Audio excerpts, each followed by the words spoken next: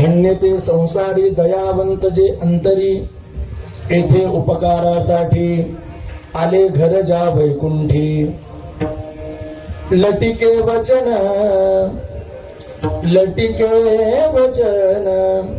नाही देई उदासीन, येथे उपकारासाठी आले घर जा वैकुंठी. मधुरावाणी ओठी तुका म्हणे वाव पोटी, येथे उपकारासाठी आले घर जा वैकुंठी. पांडुरंगा करू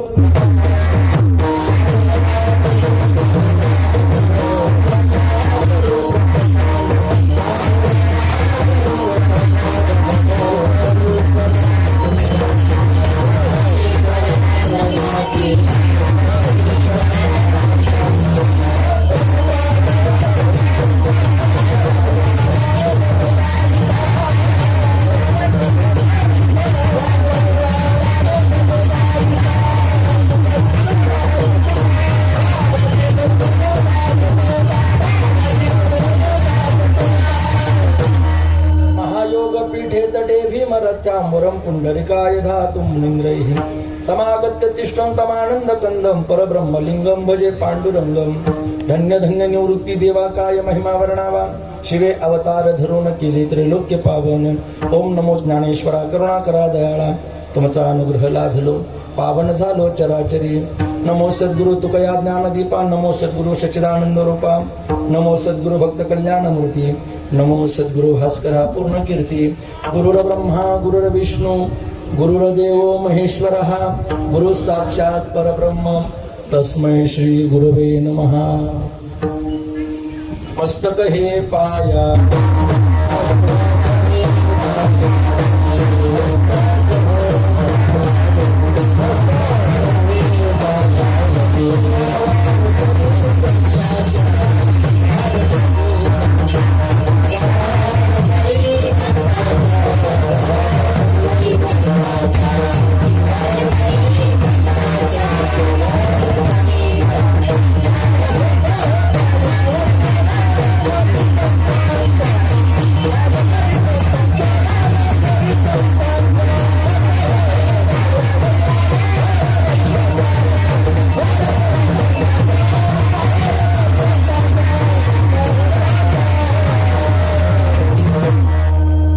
जयांची क्रिया स्मरण, होय सकळ विद्यांचे अधिकरण.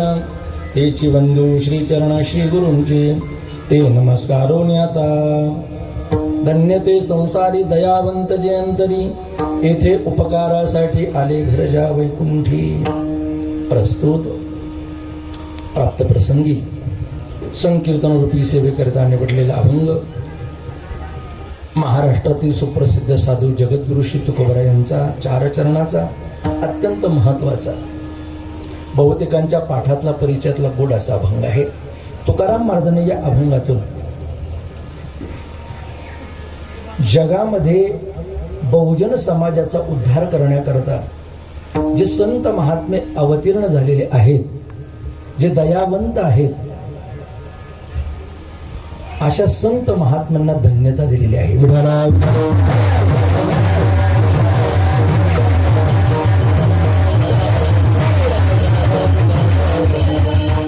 कीर्तन सेवेला प्रारंभ करण्यापूर्वी थोडा अल्प परिहार असा.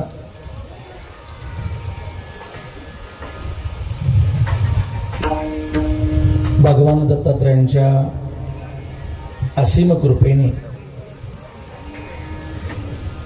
धन्वंतरी भगवान परमात्म्याच्या कृपा अनुकंपेने, माता सरस्वतीच्या आशीर्वादाने, ब्रह्मलीन प्रातस्मरणीय लक्ष्मणगिरीजी महाराज यांच्या आशीर्वादाने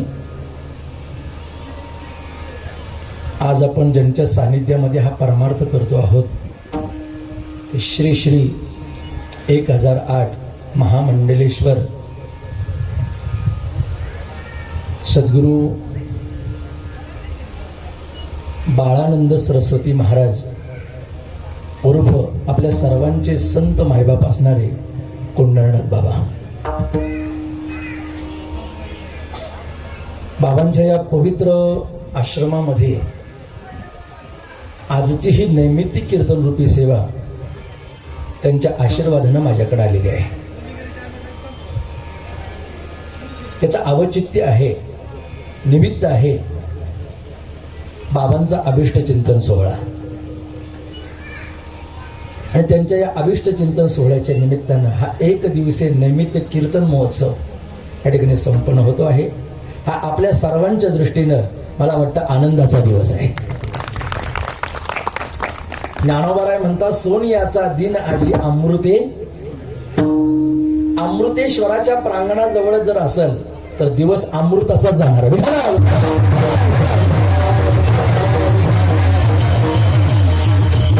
पुण्यश्लोक राजा हरिश्चंद्र ज्या विभागामध्ये आहेत, नगर जिल्हा, अकोले तालुका, रतनगड नावाचं एक प्रसिद्ध भगवान महादेवांचं स्थान या परिसरामध्ये आहे. सर्वात महत्त्वाचं, आपल्या या मवेशी गावामध्येच भगवान परमात्म्याचा अर्थात शिवजींचं फार मोठं पुरातन वास्तव्य आहे. अशा या अत्यंत पुण्यपावन जागेमध्ये एका साधूचा जन्म होतोय आणि तो साधू दुःखी दरिद्री पीडितांचं दुःख हरण करतोय. ही फार विशेष प्रकारची बाब आहे. तिथं आलेला अनेक प्रकारचा व्याधीग्रस्त मनुष्य, पीडित मनुष्य, संसारानं त्रस्त झालेला मनुष्य हा हसत खेळत इथून जातोय. ही बाबांची कृपा आहे. मला आल्यानंतर फार आनंद वाटला, खरं सांगतो मला. भगवंतानं माणसाच्या शरीराला असं एक विशेष प्रकारचं नॉलेज दिलेलं आहे का तुम्ही ज्या जागेमध्ये जाल त्या जागेची स्पंदनं तुमच्या मनाला जाणवतात महाराज. मला तरी असं वाटतं, मी इथं आल्यानंतर इथली स्पंदनं जी आहेत ही मला सात्विक पद्धतीची जाणवली. इतकं जागृत देवस्थान आहे.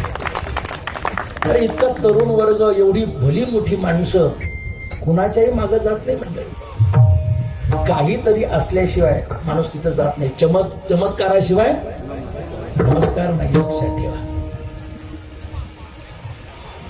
या कीर्तन सेवेच्या निमित्तानं खरं तर आपण बाबांना शुभेच्छा देण्यापेक्षा बाबांकडूनच आपण काहीतरी आशीर्वाद मागून घेतला पाहिजे.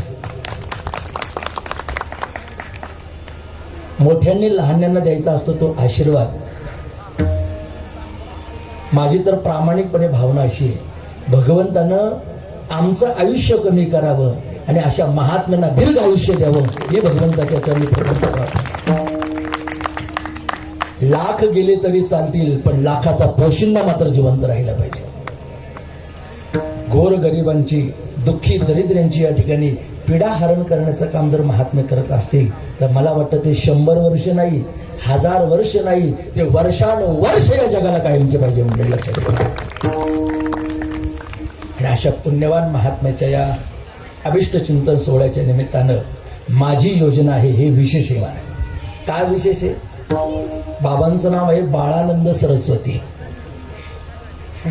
त्यांचं नाव आहे बाळानंद आणि कीर्तनकार आहे बाळासाहेब. एकाच राशीचे.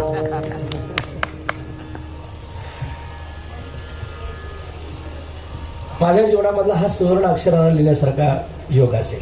असो, अधिक न बोलता व्यासपीठावरल्या सर्व गुणीजन मंडळीच्या चरणी नतमस्तक होतो. मृदंग महर्षी श्री हरिभक्तीपरायण आमचे जगदाळे महाराज या ठिकाणी आहेत. खरंच एकदा जोरदार टाळी वाजवा महाराजांचा. महाराजांचा मृदंग ऐकत राहावा महाराज. मला असं वाटतं केशव महाराज जगदाळ्यांची आठवण त्यांच्याकडून येते.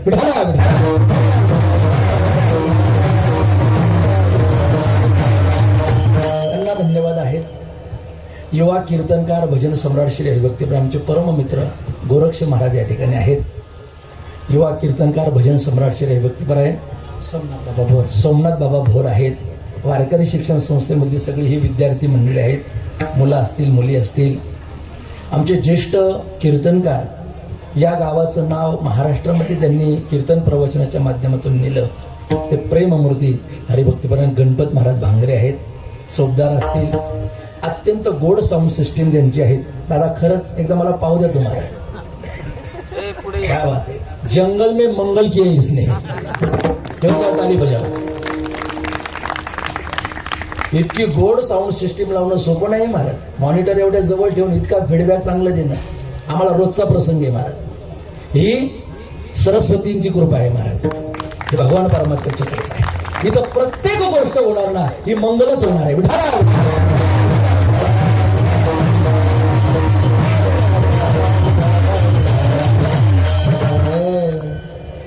आज कुठं कुठं या महात्म्यांची ख्याती पसरलेली आहे. मुंबई असेल, पुणे असेल, तिथून भाविक भक्त वर्ग सेवेकरता या ठिकाणी उपलब्ध आहे. नगर जिल्हा, नाशिक जिल्हा, हे तर आपण जवळची माणसं आहोत, येणारच. पण मंडळी, खऱ्या सज्जनाची किंमत ही वाऱ्यासारखी चालते. वाऱ्या हाती माप चाले सज्जनाचे. कीर्ती मुखतांचे नारायण.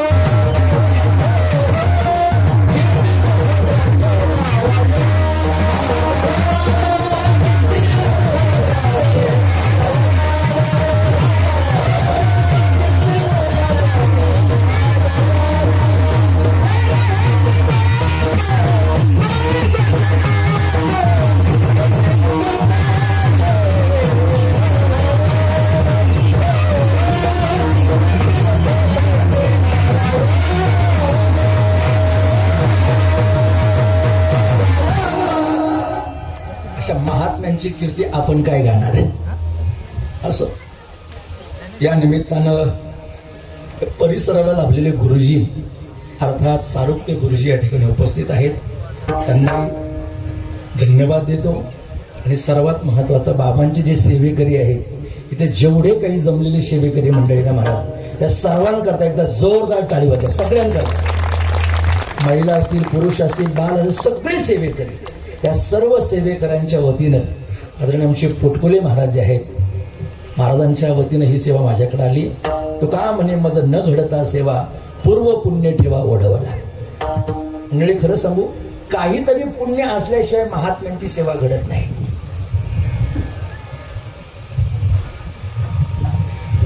आज 48 वर्ष बाबांचं पूर्ण झाले आणि 49व्या वर्षामध्ये त्यांनी पदार्पण केले.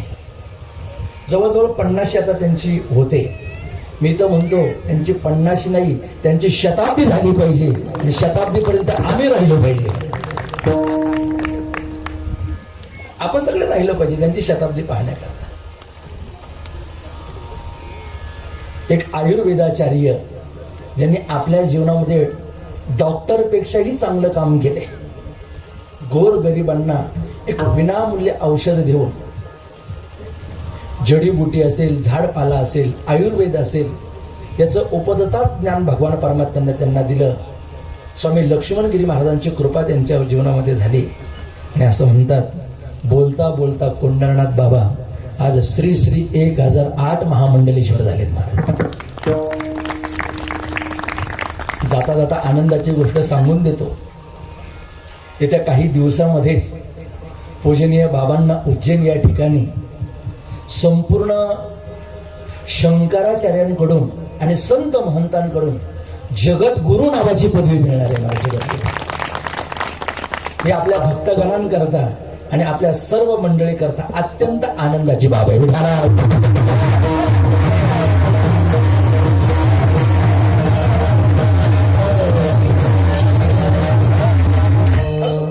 परिहार न देता सेवेला या ठिकाणी प्रारंभ करू. खरं तर आपलं कीर्तन हे संपण्याच्या वेळेला सुरुवात झाले. वेळ होती 7 ते 9. आता किती वाजले? 9 वाजले. आता किती करायचं? 9 ते 11. ते तासाभरामध्ये सेवा करू. बाबांचे आशीर्वचन आपल्याला घ्यायचे, काही मंडळींचं मनोगत आपल्याला ऐकायचे आणि शॉर्ट बट स्वीट कार्यक्रम करायचे. श्रोते हो, या मृत्यू लोकामध्ये संत महात्मे हे जगा करता येत असतात. जगाच्या कल्याण संतांच्या विभूती, देह कष्टविती परोपकार. अगदी लक्षपूर्वक तुम्ही ऐकत राहा, तुम्हाला कळेल. संत महात्मे हे कल्याण करण्याकरताच येतात. कल्याण माहिती आहे ना, ठाण्याजवळच. ते कल्याण जर माहिती असेल तर त्याच्या शेजारची भिवंडी माहिती करून घ्या. जो संतांच्या जवळ आला त्याचं कल्याण होतं, आणि जो संतांपासून लांब गेला त्याची 100% भिवंडी होते. भिवंडीमध्ये सगळा मॉबिडन एरिया आहे, आणि बाबांचं जीवन हे गायी राखण्याचं आहे. गो हत्या बंद व्हावी ही त्यांची 100% त्या ठिकाणी इच्छा आहे. आदरणीय महाराजांचं या ठिकाणी आगमन होते. आपण सर्वांनी टाळी वाजवून सुद्धा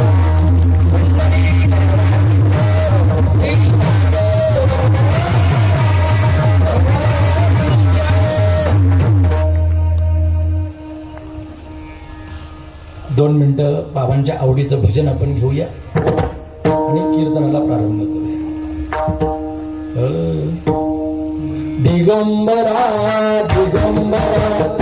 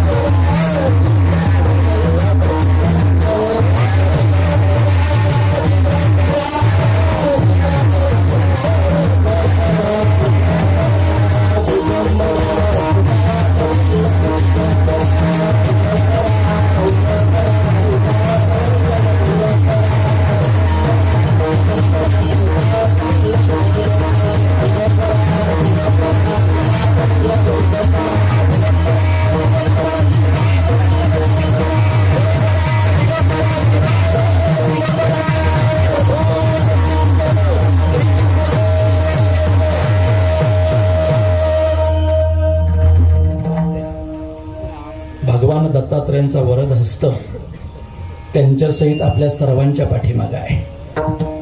ज्यानं गुरुचरित्राचं पारायण केलं मंडळी, त्याच्या जीवनामध्ये सगळे दोष निघून जातात. मला एक फार चांगलं इथं वाटलं बरं का. इथं धर्माचं काम होतंय, इथं माणसं घडवण्याचं काम होतंय, इथं माणसं दुःख निवारण करण्याचं काम तर होतेच होते, पण इथं माणसांना ज्ञान प्रबोधनाचं सुद्धा काम कीर्तनाच्या माध्यमातून होते. हे विशेष आहे. मी बऱ्याच उपक्रमांमध्ये सामील झालो, बऱ्याच ठिकाणी आश्रमावर गेलो, पण अशी व्यवस्था मला पहिल्यांदाच पाहायला मिळाली.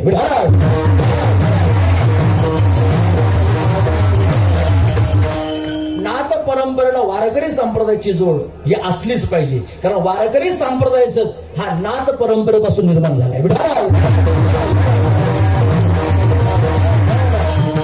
मच्छिंद्रनाथ असतील, गोरक्षनाथ असतील, जानेंद्रनाथ असतील, ही सगळी नाथ परंपरा दत्तात्रयांच्या अनुग्रहित आहे मंडळी. भगवान शंकराच्या अनुग्रहित आहे. आदिनाथ गुरु, आणि तिथून सगळी ही परंपरा आहे. म्हणून आपण जी वारकरी संप्रदायाची जोड या कार्यक्रमाला दिली ही अत्यंत स्तुत्य बाब आहे, अत्यंत वर्णनीय आहे, वाखाणण्याजोगी आहे. प्रत्येक गुरुवारी इथे कीर्तन होत असेल, पौर्णिमेला अनेक भाविक भक्तांची या ठिकाणी इथं येणं असेल, हा बऱ्याच प्रकारचा भाग आहे. एकच महाराजांचं प्रमाण सांगतो आणि पुढे चालतो.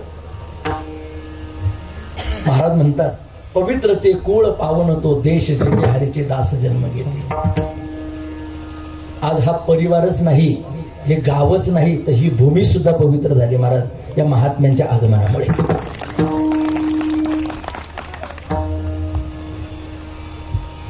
खरं सांगतो बरं का, साधू हा कळायला उशीर लागतो, पण एकदा का साधू कळाला का आपल्या जीवनाचं सोनं झाल्याशिवाय राहत नाही. फक्त साधू लवकर कळायला पाहिजे. इथल्या तरुण वर्गाला, इथल्या भाविक भक्तांना फार लवकर हे महात्म्य कळाले, म्हणून जीवनाचं सोनं करून घेतले तुम्ही.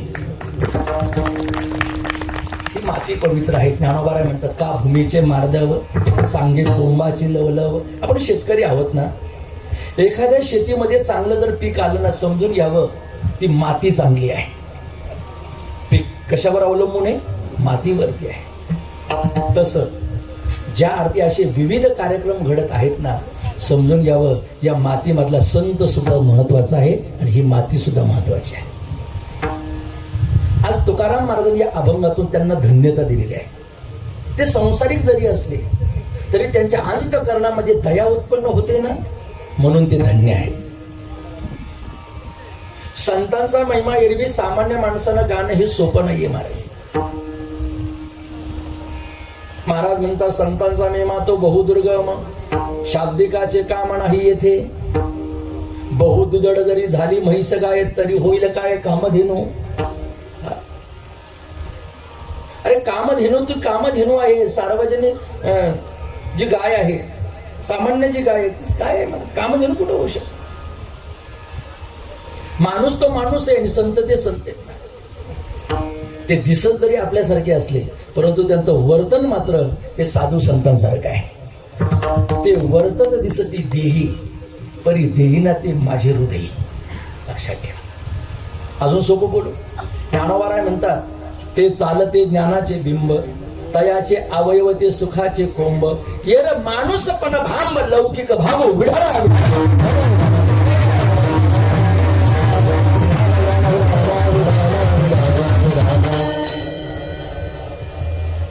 टाळकरण एक विनंती आहे. पखवाजवादक म्हणजे डोंबिवली फास्टे.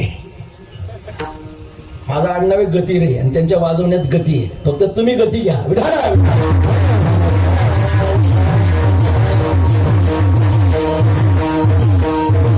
असो, संत महात्मे समाजाकरता जगाकरता येतात. महिमा त्यांचा कळत नाहीये.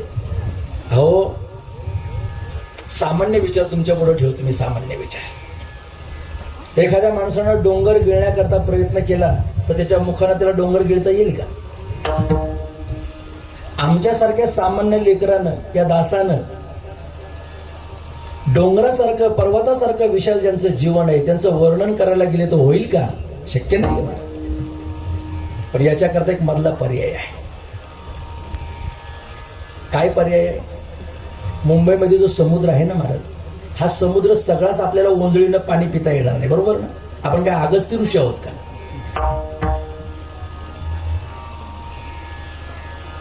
भाग्यवान आहोत, अगस्ती ऋषी आपल्या जवळ आहे. ज्ञानोबाराय म्हणतात श्रीकृष्ण उक्ती सागरा हा अगस्तींची दुसरा, म्हणून घोट स्वरूप आहे एकसरा आघवी यांचा. अगस्ती ऋषीने एका ओंजळीमध्ये सगळा समुद्र पिला होता. आपल्याला नाही पिता येणार. पण माझं वाक्य पुढचं असे, अरे समुद्र सगळा नाही पिता आला तरी चालेल, आपल्या ओंजळीत जेवढं पाणी येईल तेवढं प्यायला काय हरकत आहे.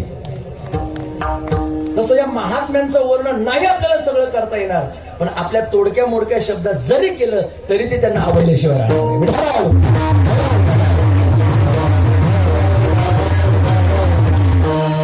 अहो एखादी आई आहे, आई, त्या आईचं लहान लेकरू जर बोबड बोलायला लागलं ना, त्या आईला किती आनंद वाटतो, फार आनंद वाटतो.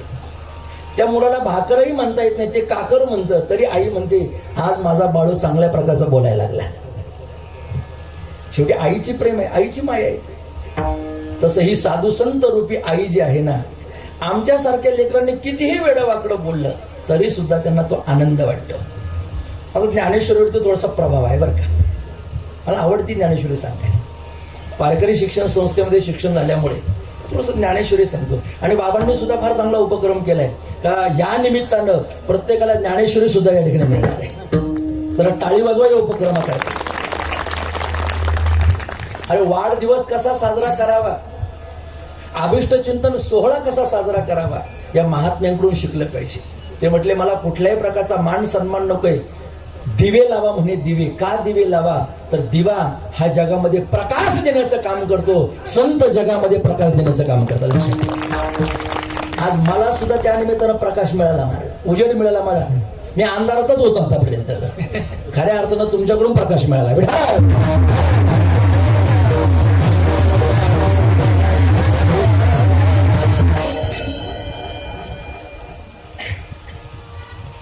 तमसोमा ज्योतिर्गमय, अंधाराकडून प्रकाशाकडे जे नेतात ना महाराज, ते खरे महात्मे राहतात. ठीक आहे, नाही सगळं वर्णन करता येणार आपल्याला. तासाभरामध्ये जेवढं शक्य होईल, माझ्या ओंजळी जेवढी शब्द सुमनं येतील तेवढी शब्द सुमनं मी त्यांच्या चरणावरती समर्पित करण्याचा प्रयत्न करणार आहे. धन्यता ही मानवी जीवनालाही मिळू शकते, धन्यता ही संत जीवनालाही मिळू शकते. पण वैशिष्ट्य असं आहे महाराज, माणूस जीवनामध्ये संसार करतो पण स्वतः करता करतो, आणि संत जीवनामध्ये संसारामध्ये येतात आणि जगा करता त्या ठिकाणी त्यांचं कार्य करतात. अगदी सोपं बोलू का, अगदी सोपं कळण्याकरता, माणसाचं जीवन आहे ना महाराज, हे शून्य जीवन आहे, आणि संतांचं जीवन आहे ना, हे धन्य जीवन आहे महाराज, धन्य जीवन आहे. आमचे गुरुजी सांगायचे, जो स्वतः करता जगतो ना महाराज, त्याचं एक दिवस नामोनिशाण मिटून जातं. जो जगा करता जगतो ना, त्याचं चंद्र सूर्य असेपर्यंत कायमचं नाव राहतं. यावत चंद्र दिवा करो, जसं ज्ञानोबराय तुकोबरायांचं नाव आहे, निवृत्तीनाथ महाराजांचं नाव आहे, तसं या साधू संत जराव यावत चंद्र दिवा करो. जुन्या लोकांची म्हणे, जन्माला आला ह्याला, पुढे तुम्ही बोला. पुढे काय, पाणी वाहून वाहून मेला. असे बरेच महाराज लोक जगामध्ये आले, प्रपंच केला आणि मरून गेले, त्यांचं नाव महाराज म्हणतात, असे जे जगले ना त्यांचं जीवन शून्य झालं, पण समाजाकरता जे जगले ना महाराज त्यांचं जीवन धन्य झालं. की माणसं जरी असतील तरी संसारामध्ये राहून सुद्धा तुकोबराय म्हणतात ते धन्य का झाले, त्याने अंतःकरणामध्ये समाजाची दया ठेवली. हा विषय अभंगाच्या पहिल्या चरणात.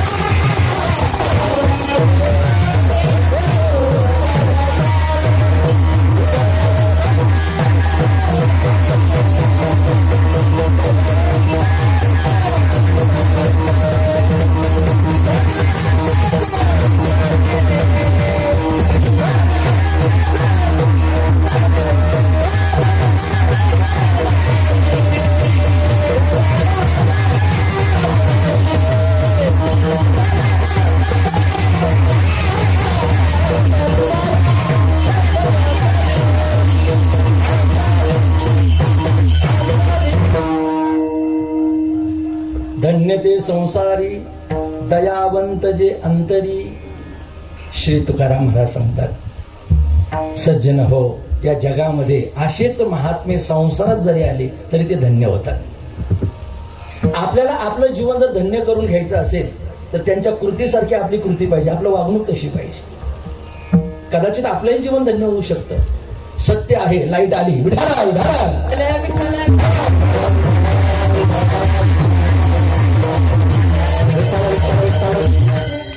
एखादी गोष्ट सत्य जर म्हणायची असेल तर एक तर लाईटचाच वापर करावा लागतो, नाही तर शिंकेचा वापर करावा लागतो. माणूस शिंकला का लोक म्हणतात सत्य आहे, बरोबर ना. लाईट आली का म्हणतात खरं आहे. खरं आहे ना. पण हे संतांचा महिमा हे विशेष प्रकारचा आहे. आमचे गुरुजी सांगायचे, एखाद्याला भूत भविष्य वर्तमान त्या ठिकाणी पाहता येईल, ज्योती चांगल्या प्रकारचं पाहता येईल, पण खरे संत ओळखता येणार नाही. कारण जगामध्ये असं झालंय महाराज, खरे संत ओळखणं फार मुश्किलीचं झालंय. आम्ही आषाढीला वारीमध्ये राहतो पंढरपुरात, त्र्यंबकेश्वर ते पंढरपूर. त्या सगळ्याच वारीमध्ये काही सगळेच वारकरी नसतात. ज्याचा सगळ्यात मोठा गंध राहतो आणि सगळ्यात मोठी माळ राहते, समजून घ्यावा हा नवीन वारकरी आहे.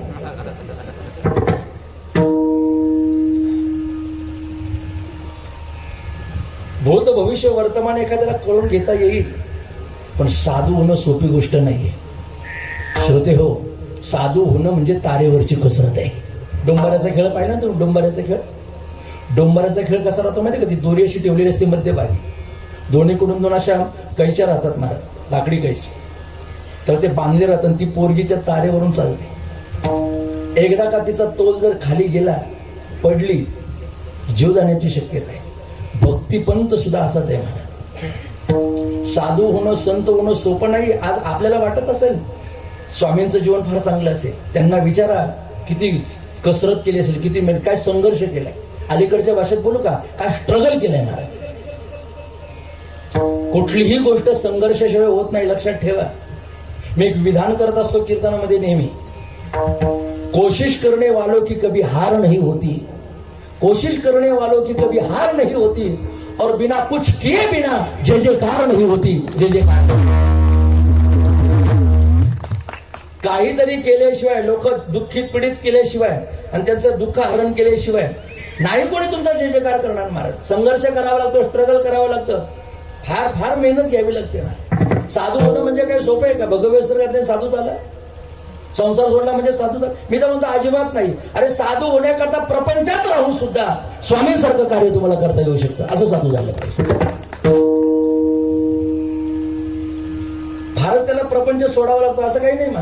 साधू होणं म्हणजे काय? एका वाक्यात ज्ञानोबारांचा पुरावा देऊन टाक. ज्ञानोबा म्हणतात, ज्यानं मी पण आणि माझं पण सोडलं तो 100% संन्यासी झाला. हे ज्ञानोबारांचं मत आहे. गणपत महाराज, मी माझी ऐसी आठवण विसरले जयाचे अंतःकरण, पार्थात तो संन्यासी जाणं निरंतर. मग असं जर वागत असेल तर तो पांढऱ्या कपड्यात जरी असला तरी तो संन्यासी होऊ शकतो, भगव्या कपड्यामध्ये असला तरी तो संन्यासी होऊ शकतो. जा कधी आळंदीला, आमचे गुरुजी आहेत महाराज शांतीब्रह्म मारुती बाबा कोरेकर, पांढऱ्या कपड्यामधला संन्यासी आहे. या कधी आमच्या इगतपुरीला जोग महाराज भजनी मठामध्ये माधव महाराज घुले नावाचे संत आहेत, पांढऱ्या कपड्यामधले संत आहेत महाराज, पांढऱ्या कपड्यामध्ये. ज्यांना मी आणि माझे पण सोडलं ना तो संत होऊ शकतो, लक्षात ठेवा. आणि यांनी तेच केलं महाराज. यांनी एक केलं, आता हे माझं घर राहिलं नाहीये. आता जेवढे काही माझ्याकडे पेशंट येतील, जेवढे काही दुःखी दरिद्री पीडित लोक माझ्याकडे येतील, हे सगळं माझं कुटुंब झालंय, ही त्यांनी मान्यता जीवनामध्ये ठेवली. हे विश्वाची माझे घर, ऐशी मती जयाची स्थिर, किंबहुना चराचर आपणची झाला. परत महाराज शास्त्रकार म्हणतात, वसुधैव कुटुंबकम. हा, ही भावना ज्याची होती ना महाराज, तो धन्यतेला प्राप्त होतो आणि तोच संत होतो.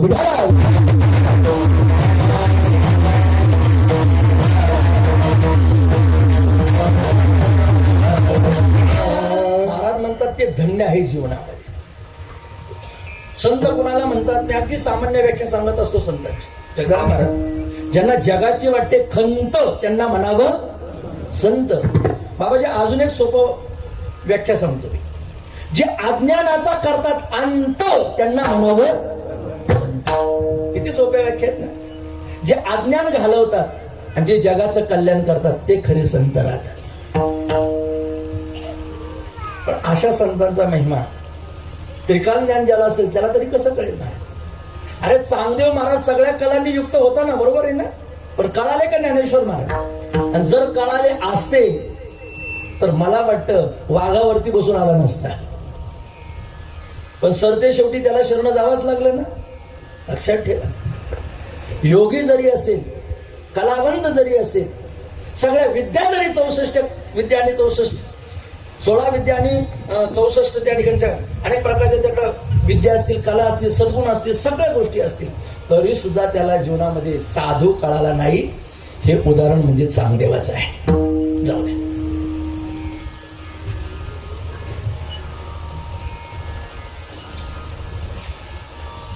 एक पोपट पाळणारा मनुष्य होता. रस्त्यावरती पोपटाला घ्यायचा आणि काही चिठ्ठ्या समोर ठेवायचा आणि आलेल्या लोकांना सांगायचा, मी तुमचं भविष्य सांगणार आहे, मी तुमचं ज्योतिष सांगणार आहे. हा पोपट जी चिठ्ठी उचलेल त्या चिठ्ठीतून जे निघल ते भविष्य तुमचं खरं ठरणार आहे. येणारे जाणारे लोक त्याच्याजवळ जायचे, पोपटाला चिठ्ठी उचलायला लावायचा, तो तसं सांगायचं. मंडळी, एक दिवस घटना अशी घडली, दिवसभर त्याला गिऱ्हाईकच भेटलं नाही. सकाळपासून बसलेला, सूर्यास्त झाला, सूर्य मावळायला गेला तरी कोणी भेटेल. त्यानं पोपटालाच विनंती केली, पोपटा एक काम करा, तू चोचीमधून चिठ्ठी उचल आणि तेवढी चिठ्ठी माझ्या हातात दे. पोपटाने चोचीमध्ये चिठ्ठी उचलली आणि त्या ज्योतिषाच्या हातामध्ये दिली. आणि त्या ज्योतिषानं जेव्हा चिठ्ठी उघडून वाचली तेव्हा त्याच्यामध्ये असं होतं, काम करा, मेहनत करा, फुकट बसून काहीच खायला भेटणार नाही. नाही कळालं? अरे तुम्ही त्रिकाज्ञानी कसे असू शकता? पोपटावर तुमचं पोट भरेल पण साधू संत नाही होता येणार. साधू कोणाला होता येतं? फार गोड प्रमाणे महाराजांचं, जे का रंजले गांजले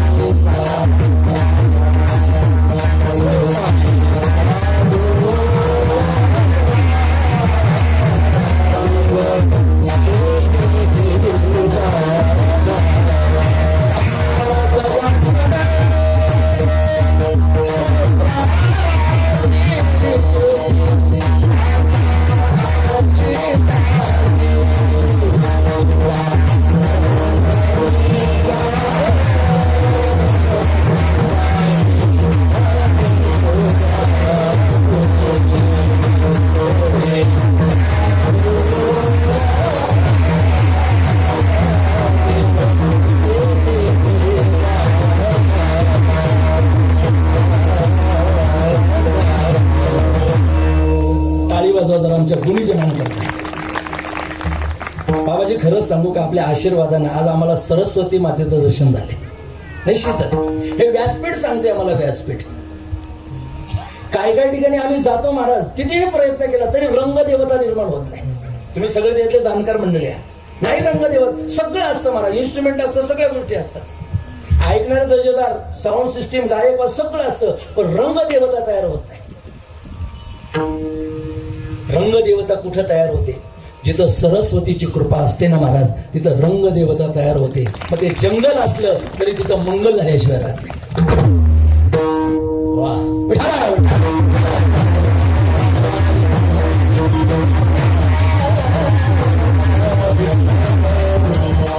कोणाला साधू म्हणावं? महाराज म्हणतात, जे का रंजले गांजले त्याशी म्हणे जो आपण. अहो, बाबांनी विचारलं नाही आमची जात कोणती आहे, बाबांनी विचारलं नाही आमचं कुळ कोणतं आहे. फक्त इथं येणाऱ्या प्रत्येक सेवेकराला एकच सांगितलंय, तुम्ही सेवा करा, भगवान परमात्मा तुमचं दुःख आणि पीडा हरण केल्याशिवाय राहणार नाही. सेवा करा. त्यांनी जीवनामध्ये समाजाची सेवा केली म्हणून ते साधू ठरले. अजून सोपं बोलू, जो 6 धुवून टाकतो ना महाराज, तो साधू होतो. जो 6चा अंत करतो तो संत होतो. काम, क्रोध, मद, मत्सर, दंभ, अहंकार हे षडरूपू ज्याच्या जीवनामधून जातात ना, तो साधू होतो किंवा तो संत होतो. बाकीचे फक्त जंत राहतात. पठाडे महाराज म्हणायचे, संत संत तो सब कहलाते, कठीण संत का पंथ. अरे काम क्रोध को जिता नहीं, वो संत नहीं, वो जंत. विठ्ठला,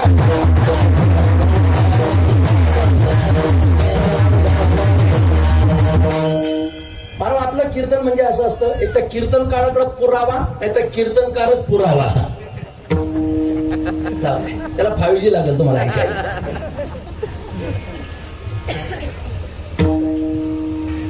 साधू होणं सोपं नाहीये मंडळी, संत होणं सोपं नाही. खूप कसरत घ्यावी लागते, खूप मेहनत घ्यावी लागते. अरे जगाचं लेकरू आपलं लेकरू आहे, ही भावना ज्या दिवशी होईल ना त्या दिवशी तुम्ही संत होऊ शकाल, लक्षात ठेवा. आई, खरं सांगू का, 1-2 मिनिटं माझ्याशी चर्चा करत हो. तुमचं मुलगा कसंही असू द्या, त्या मुलाला तुम्ही नांदलं समजा, आंघोळ केली त्याची, त्याचा शृंगार केला, अगदी सोप्या भाषेत त्याचा मेकअप केला. शृंगार नाही कळणार ना तुम्हाला? मेकअप म्हटलं का लवकर पिकअप घेतात. आता असं झालंय महाराज, मराठी लोकांना कळत नाही, लोकांना काय कळते? इंग्रजी कळते. 150 वर्ष राज्य केले ना त्यांनी, म्हणून त्यांचे संस्कार आहेत आपल्याला. त्या मुलाचा शृंगार केला तुम्ही, अत्यंत चांगलं त्याला सजवलं, कपडे घातले, आणि त्याचा मित्र त्याच्या जवळ आला. त्या मुलाचा मित्र त्याच्या जवळ आला. तो जरा ओंगळवाना होता, कसा तरी होता, त्याचे कपडे चांगले नव्हते. आता तो मित्र जेव्हा त्याच्या जवळ आला, त्या आईनं ज्याचा शृंगार केला होता, खरं सांगा ती आई शृंगार केलेल्या स्वतःच्या मुलाला जवळ घेईल का ओंगळवाना असलेल्या परक्याच्या लेकराला जवळ घेईल? पटकन बोला, कोणाला? आईमध्ये थोडासा हा भेद आहे महाराज. आई काय करते महाराज? आई आपल्याच मुलाला जवळ करते, इतरांच्या. अगदी ग्रामीण भाषेतलं उदाहरण सांगताना म्हणे ना, आपला तो बाळू आणि दुसऱ्याचं ते. अरे वा, पाठ आहे तुमच्या. पण ज्या दिवशी आपला तो बाळू आणि परक्याचा सुद्धा बाळासाहेब वाटायला लागेल ना, त्या दिवशी तुम्ही बाळानंद महाराज सरस्वती वाल महाराज लक्षात ठेवा. त्या दिवशी तुम्ही श्री श्री 1008 महामंडलेश्वर व्हाल, जेव्हा सगळं जग तुम्हाला सारखं दिसेल महाराज. सोपं नाही हे. महाराज म्हणतात,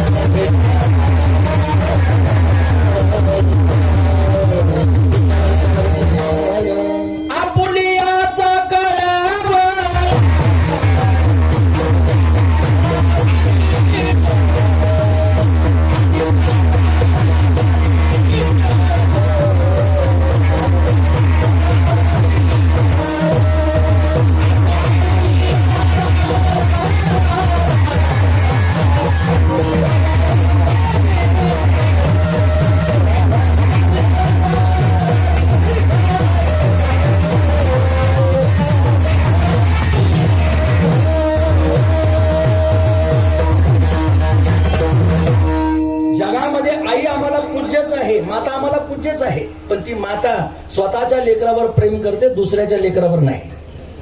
पण संत रूपी माता मात्र संपूर्ण जगाच्या लेकरांवर प्रेम करते, म्हणून त्या साधू संतांना खरे मायबाप म्हटलेले आहे. तुम्ही संत माये बाप. दया आहे त्यांच्या अंतःकरणामध्ये, दयेचे वंत आहे ते वंत. अगदी छोटासा विषय मांडणार आहे आणि पहिले चरण मी पूर्ण करणार आहे. गुरुजी, मराठी व्याकरणामध्ये वान आणि वंत प्रत्यय फार चांगल्या प्रकारचा आलेला आहे. मराठी व्याकरणामध्ये वान आणि वंत म्हणजे काय? छोटं असतं त्याला वान म्हणतात आणि मोठं असतं त्याला वंत म्हणतात. मी उदाहरण सांगतो याच्याकरता. आपल्याजवळ एखादी नदी असेल, ती पाण्याने भरलेली असेल, त्या नदीला आपण नदी जलवान म्हणू शकतो. काय म्हणू शकतो? जलवान. पण जेव्हा तुम्ही समुद्राकडे जाल ना महाराज, समुद्राकडं, तेव्हा समुद्राला जलवान नाही म्हणता येणार. समुद्राला काय म्हणता येईल? जलवंत. जलवंत म्हणता येईल. तसं माणूस आहे ना, माणूस हा दयावान असू शकतो, पण हे संत मात्र दयावंत असतात, दयावंत असतात. समुद्रासारखी ज्यांच्या अंतःकरणामध्ये दया भरलेली आहे ते संत, आणि नदीसारखी जी दया भरलेली आहे तो माणूस आहे. मंडळी, विठाला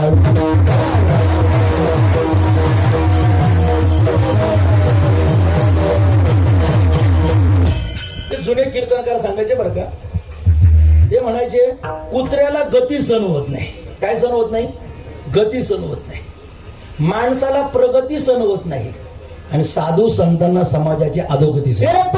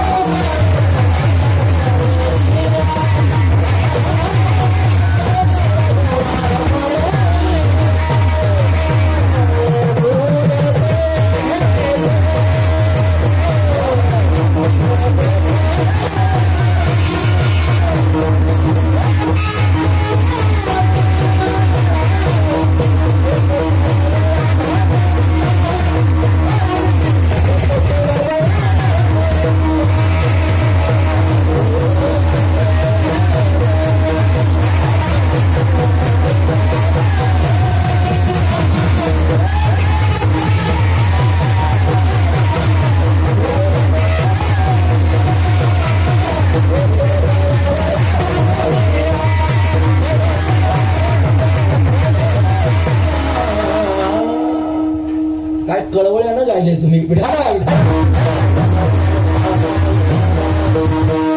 साधू संतांना कळवळा येतो बरं, कळवळा येतो. काही कळवळणारे वर्ग आहेत, काही हळहळणारे वर्ग आहेत आणि काही जळजळणारे वर्ग आहेत. फार विचार नाही करणार मी त्यांचा. ती त्रिसूत्री अगोदर पूर्ण करतो. कुत्र्याला गती सहन होत नाही. कशी बरं? मोटरसायकलवाल्यांना याचा अनुभव आहे. मोटरसायकलवर आपण गाडी घेऊन पुढे चाललो का आपल्या मागं कोण लागतात? एवढंच म्हटलं पाहिजे ना.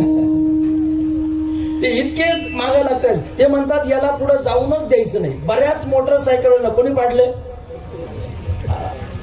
आडवे शिरतात म्हणतात. जे आडवे शिरतात त्यांना काय म्हणा? पाडलं खाली मोटरसायकलवाल्याला, लागलं मारा त्याच्या बरंच.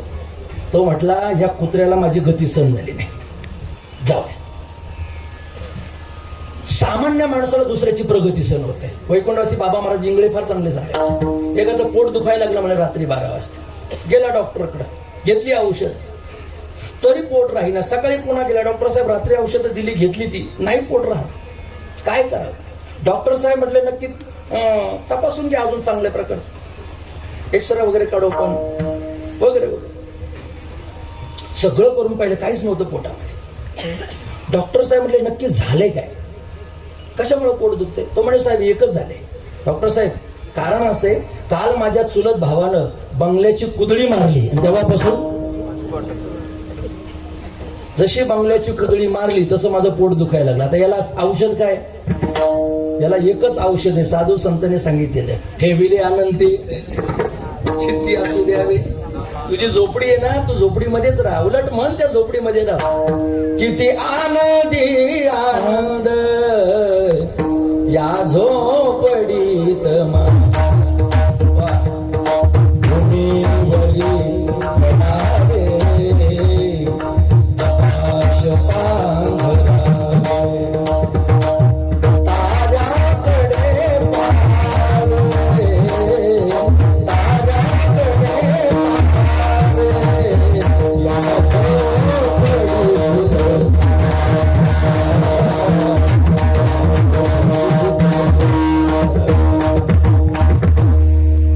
खरंच टाळी वाजवायच्या मृदंग.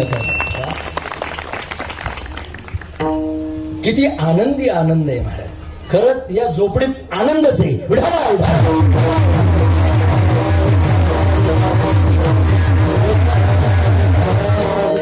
पहिला मुद्दा संपला, कुत्र्याला गती सहन होत नाही. दुसरा मुद्दा संपला, माणसाला प्रगती सहन होत नाही. आणि तिसरा मुद्दा असा आहे, या साधू संतांना समाजाची अधोगती सहन होत नाही. आपण जे रसातळाला चाललोय ना, आपल्याला वर काढण्याचं काम हे संत महात्म्य करतात. दया आहे त्यांच्या अंतःकरणामध्ये.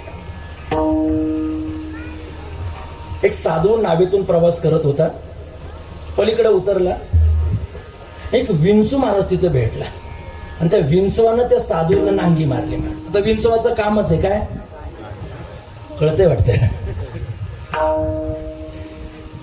नांगी मारल्यानंतर साधूनं काय केलं माहितीये का? तो पाण्यामध्ये विंचू प्रवाहित होत होता, बुडणार होता, पण साधूनं नांगी मारल्या विंचवाला सुद्धा हात दिला आणि बाहेर काढलं महाराज. पण बाहेर काढल्यानंतर जाता जाता विंचवानं परत एक ठणका दिलाच. शेजारचा मनुष्य त्या साधूला म्हटलं, साधू महात्मन, अहो अगोदर पाण्यात बुडत होता तेव्हाही तुम्ही त्याला काढलं तरी त्यानं ठणका दिला, परत तुम्ही त्याला वाचवण्याचा प्रयत्न केला तरी त्यानं त्या ठिकाणी दंश केला, दंका मारला. कशा करता तुम्ही त्याला वाचवता? त्याने किती वेळेला तुम्हाला दंश केलाय, त्याचा स्वभाव गेलाय का दंशाचा, मग तुम्ही कशाला करता? इतकं सुंदर उत्तर दिलं साधूनं. आज या अभिष्ट चिंतन सोहळ्याच्या निमित्तानं ते अत्यंत वाखाणण्याजोगतं उत्तर असणार आहे. साधू महात्मा म्हटले, अरे तो विंचू जर त्याची नांगी मारायची सोडत नसेल तर मी साधू त्याचा जीव वाचवायचं का सोडू? माझ्या अंतःकरणामध्ये दया मी का सोडू? तो त्याचा स्वभाव सोडत नाही, मी माझा स्वभाव सोडणार नाही.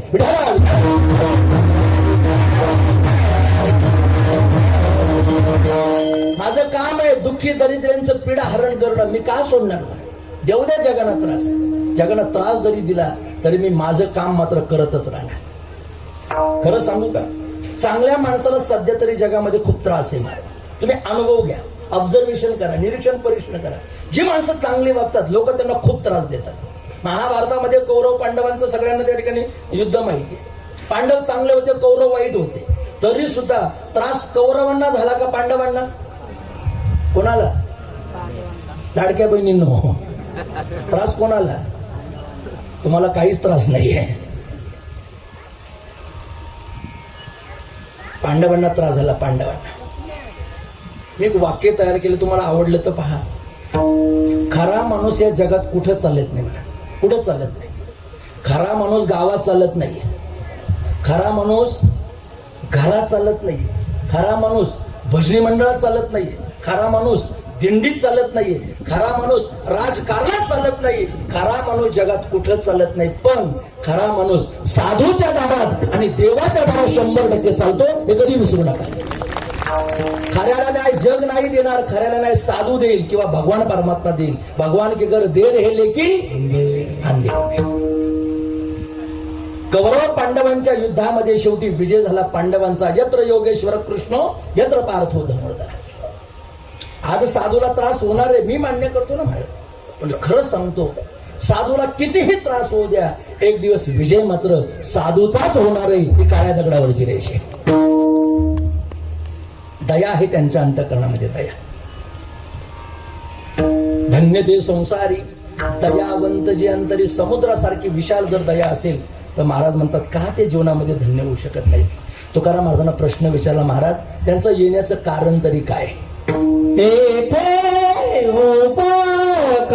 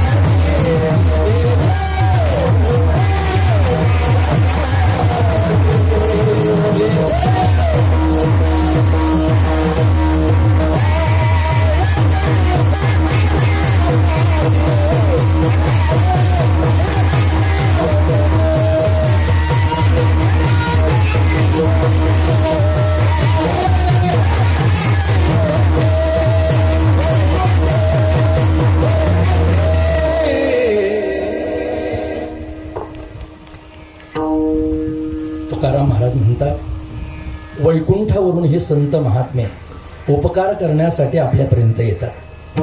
उपकार म्हणजे काय? अहो, मोबदल्याची कुठल्याही प्रकारची अपेक्षा नसताना जे केलं जातं त्याला उपकार म्हणतात. सांगा, या महात्म्यांनी आतापर्यंत कितीतरी रोग्यांना या ठिकाणी बरं केले, कुठल्याही प्रकारची अपेक्षा ठेवलेली नाही. तुकाराम महाराजांनी गाथा दिलाय, आम्ही त्यांच्यावरती कीर्तन करतोय महाराज. नाही तुकाराम महाराजांनी अपेक्षा ठेवली कोणाकडूनच, माऊलींनी नाही अपेक्षा ठेवली कोणाकडूनच. एक सांगू का, जे दुसऱ्याकडून अपेक्षा ठेवू शकत नाहीत ना तेच माऊली होऊ शकतात महाराज, तेच माऊली होऊ शकतात. मा म्हणजे महानता, उ म्हणजे उदारता आणि ली म्हणजे लीनता. या तीनही गोष्टी ज्यांच्याकडे येतात ते खऱ्या अर्थानं माऊली होतात.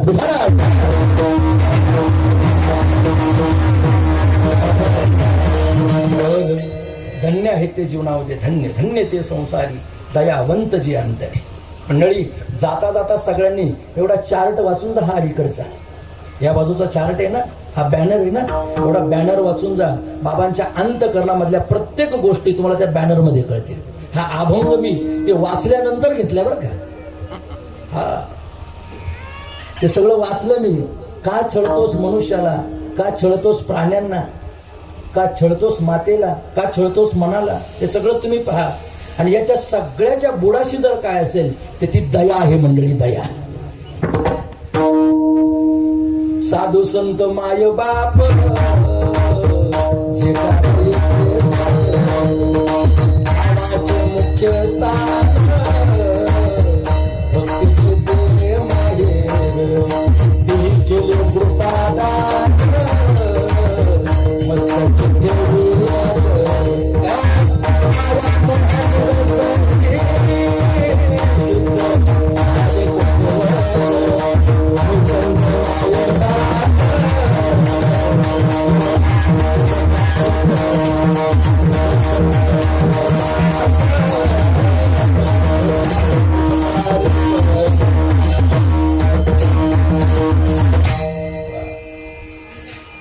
खरं सांगू का, हे आज ठरलेलं कीर्तन नाहीये, हे कृपेचं कीर्तन चालू आहे.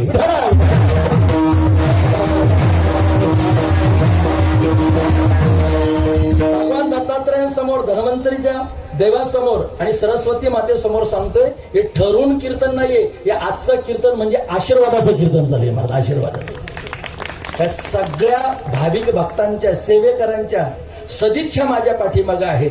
आणि हा अभिष्ट चिंतन सोहळ्याचा कार्यक्रम बाबांच्या आशीर्वादानं होते. मला माझं काहीच नाही याच्यामध्ये, सगळं सेवेकरांचं पुण्य, सगळ्या माझ्या माता भगिनी पुरुष बांधवांचं पुण्य आहे. लक्षात ठेवा, हे उपकार केलेत महाराज त्यांनी आपल्यावरती. केले उपकार सांगू का, पाप न करे ऐसे धर्मे दिले अक्षय, दिले अक्षय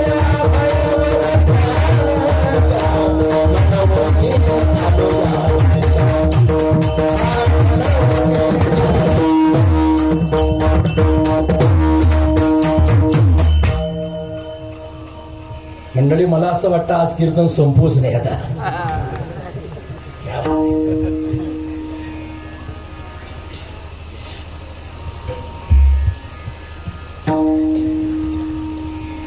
धन्य प्रत्येकाला व्हायचंय, पण कसं व्हावं तर गायडन्स करतो मी थोडंसं आपल्या पुढे. धन्यत्वम इच्छन्ति सर्वे न जानाति को धन्यता.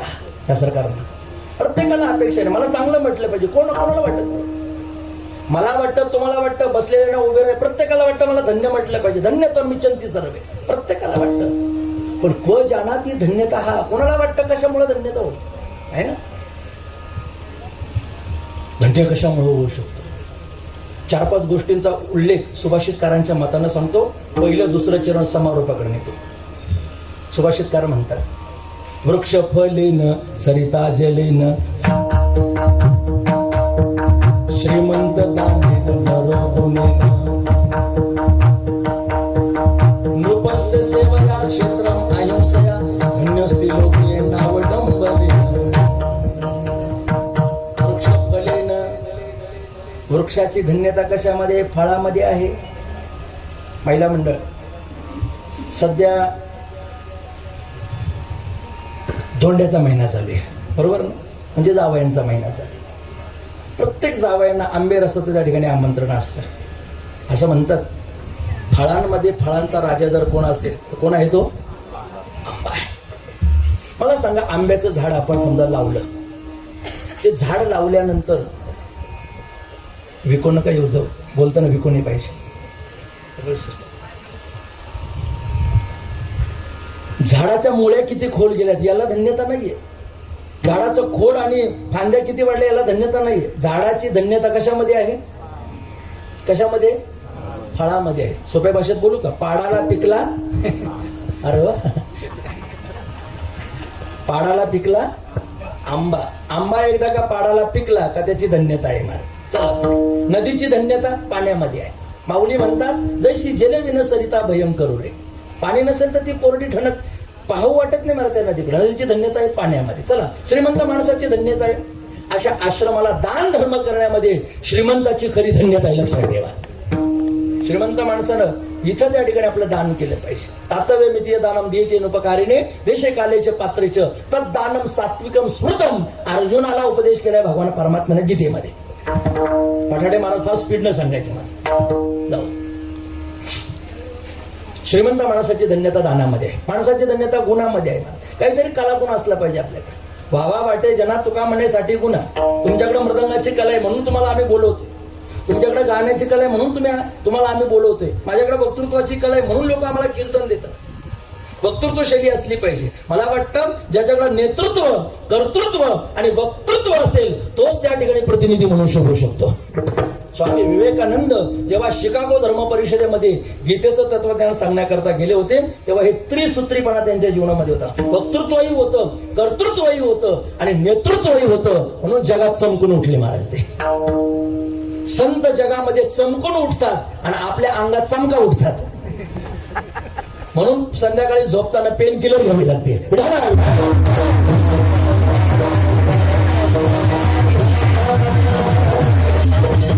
बरोबर आहे ना. आता चमकायचं का चमका उठून घ्यायचा आहे ते आपण ठरवलं पाहिजे. हिरा चमकतो महाराज, हिरा चमकतो. या हिऱ्याची किंमत जवळच्यांना कळेल का ना कळेल, पण लांबच्यांना मात्र 100% कळाली. आणि असंच आहे ना, आळंदीमध्ये माऊलींची किंमत कळाली का? तिथे काय कळाली? देऊमध्ये तुकाराम महाराजांची किंमत कळाली का? नाही. पण कधी कळाली? गेल्यानंतर. माझं असं मत आहे, साधू जिवंतपणे त्या ठिकाणी कळून घ्या. जिवंतपणे. धन्यता कशामध्ये आहे? माणसाची धन्यता गुणामध्ये. चला, नृप म्हणजे राजा. राजाची धन्यता कशामध्ये? प्रजेची सेवा करण्यामध्ये. त्यांना हे ब्रीद वाक्य ठेवलं पाहिजे. आपल्या गाडीवरती वाक्य लिहिले पाहिजे, समाज सेवा ही ईश्वर सेवा. प्रत्येक सरपंचाच्या, आमदाराच्या, खासदाराच्या, मंत्र्याच्या गाडीवर हे नाव पाहिजे, समाज सेवा हीच ईश्वर सेवा. आणि तशी केली पाहिजे. फक्त नावापुरती नको. बरोबर ना? आता प्रोटोकॉल म्हणून वापरले जातं बऱ्याच गोष्टी. नको. खरी समाजसेवा केली पाहिजे.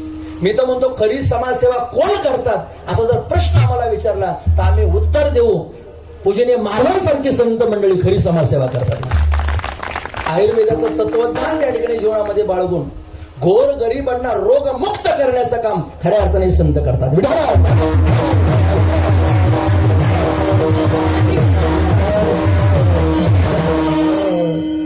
राजाची धन्यता आहे प्रजाची सेवा करण्यामध्ये, आणि क्षेत्राची धन्यता आहे तिथं कुठल्याही प्रकारची हिंसा होऊ नये. अहिंसा परमो धर्म हे क्षेत्राने पाळलं पाहिजे, नाहीतर मग हे सगळं अवडंबर आहे. महाराज म्हणतात सुभाषितकारांचं 6 प्रकारचं मत मी आपल्या पुढे मांडलं.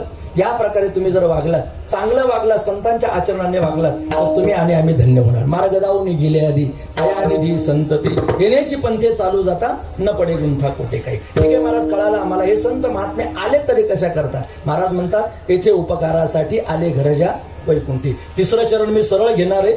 4थ्या चरणाला भैरवीची चाल लावायची आणि आपण शेवट करूया.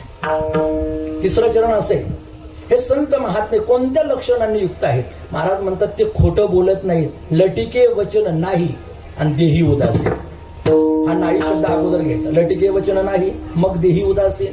महाराज म्हणतात ते खोटं बोलत नाही. मला प्रामाणिकपणे उत्तर द्या, प्रामाणिकपणे. सध्या माणूस खरं बोलतोय का खोटं बोलतोय? तुम्ही खरं बोला. सध्या माणूस खरं बोलतोय का खोटं बोलतोय? खोटं बोलतोय. 100% माणसं खोटं बोलतात. आणि सगळ्यात महत्वाचं, प्रत्येकाच्या खिशामध्ये मोबाईल यंत्र आले खोटं बोलण्याचं. राहतो मवेशीमध्ये, सांगतो राजूरमध्ये. कधी कधी राहतो राजूरमध्ये, सांगतो मवेशीमध्ये. इतकं खोटं बोलतात.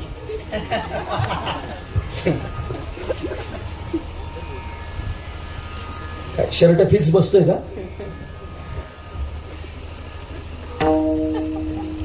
त्या पारमार्थिक शतकोटी नावाच्या ग्रंथामध्ये यशवंत महाराज पाटलांनी फार सुंदर विवेचन केले बरं का.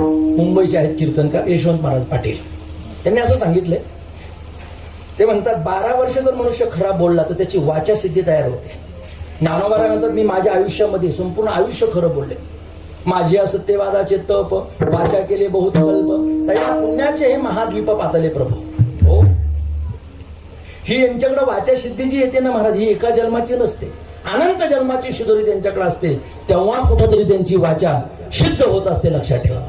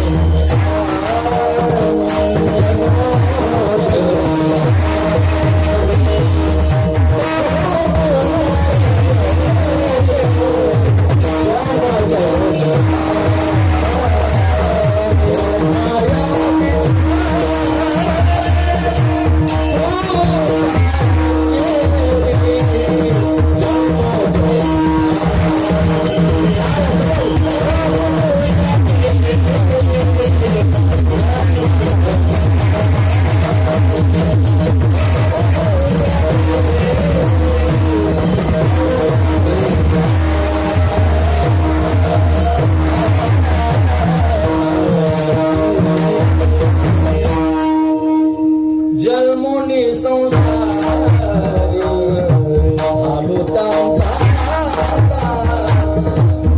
माझा तो विश्वास, माझा तो विश्वास. महाराज म्हणता एका जन्मात शक्य नाहीये. अगदी सोपं प्रमाण सांगतो ज्ञानेश्वर महाराजांचं, रोजच्या पाठांतरातलं प्रमाण. बहुता सुकृताची म्हणून विठ्ठली आवडी. शक्य नाही महाराज. हे उपकारा करता आलेले संत एका जन्मात करत नाही सगळं. मागे बहुता जन्मी हेच करीत आलो आम्ही. कृतयुगामध्ये आम्ही प्रल्हाद असेल, त्रेतायुगामध्ये आम्ही अंगद असेल, द्वापार युगामध्ये आम्ही उद्धव असेल, आणि कलियुगामध्ये आम्ही नामदेव महाराज आणि तुकाराम महाराज जरी असेल तरी आम्ही हेच काम करणार. हेच आम्हा करणे काम आणि बीज वाढवणे नाम. विठ्ठला विठ्ठला.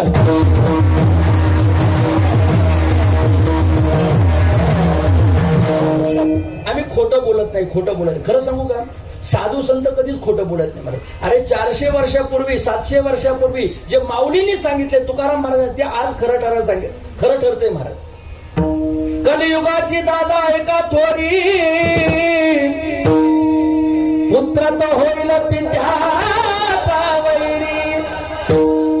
जास्त विकू नका देऊ. कलियुगाची दादा एका थोरी, पुत्र तर होईल पित्याचा वैरी. भ्रतार सोडून घरोघरी फिरतील नारी, ऐसा शकुन माझा तुम्ही ऐका हो निर्धारी. वर ऐका दादा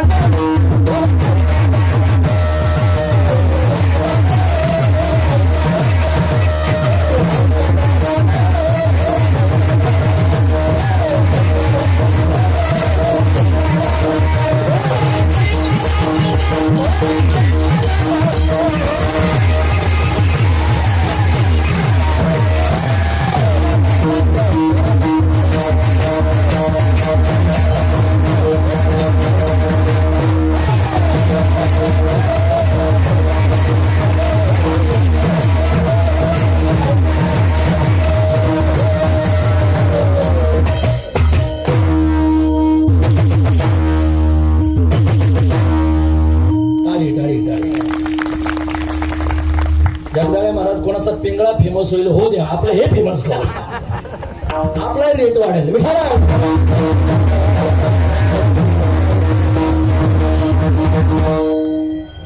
शांती ब्रह्म एकनाथ महाराजांनी भारुडाच्या रूपानं बहुजन समाजाच्या मनावरती गाजवलेलं अधिराज्य आहे.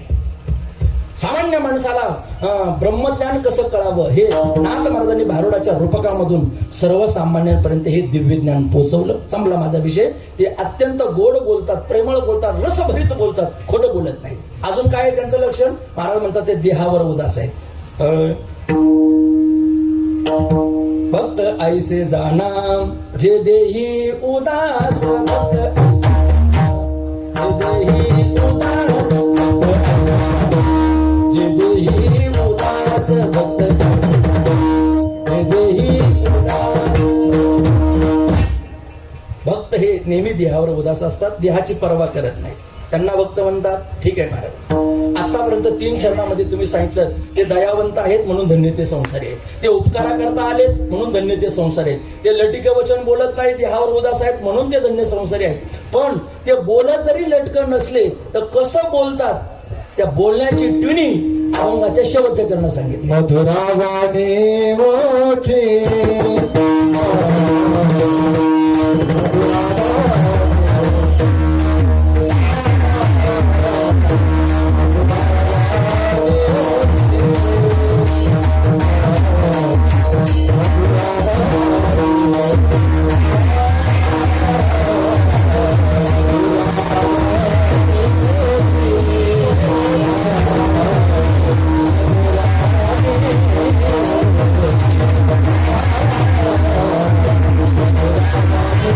Oh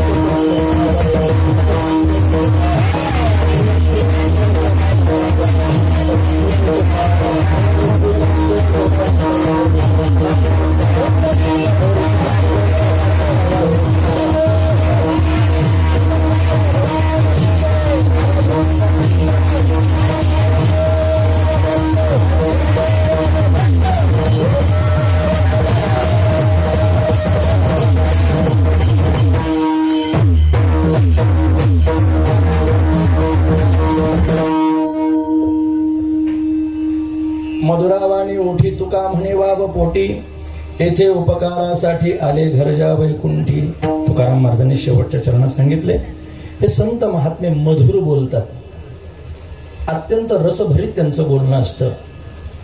हे बाबांशी जेव्हा आल्यानंतर वार्तालाप केला, खूप छान शब्द त्यांच्या ऐकायला मिळाले. माऊलींच्या भाषेत सांगू का? साच आणि मवाळ, मितले आणि रसाळ, शब्द जैसे कल्लोळ अमृताचे. माणसानं असं बोलावं का आपल्या बोलण्यानं दुसऱ्याच्या जीवनामध्ये आनंद प्राप्त झाला पाहिजे. महिला मंडळ, 2-3 गोष्टींचं पालन तुम्ही करा. 1. वाणी सांभाळा. 2. पाणी सांभाळा. आणि 3. नाणी सांभाळा. नाणी सांभाळली तर दारिद्र्य जीवनामध्ये येणार नाही, पाणी सांभाळलं तर दुष्काळ येणार नाही, आणि वाणी सांभाळली तर घरामध्ये कधी भांडणच होणार नाहीत. वाणी, नाणी आणि पाणी, या 3 गोष्टी फार महत्वाच्या आहेत.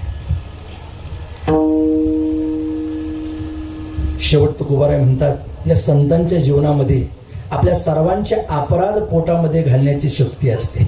किती आपण चुकलो ना, शेवटी ते आपल्या सगळ्यांच्या अपराध पोटामध्ये घालतात, कारण संत रूपी आईच अपराध पोटात घालू शकते. मला लक्षात, तुका म्हणे वाव पोटी, त्यांच्या पोटामध्ये जागा आहे महाराज अपराध सहन करणे.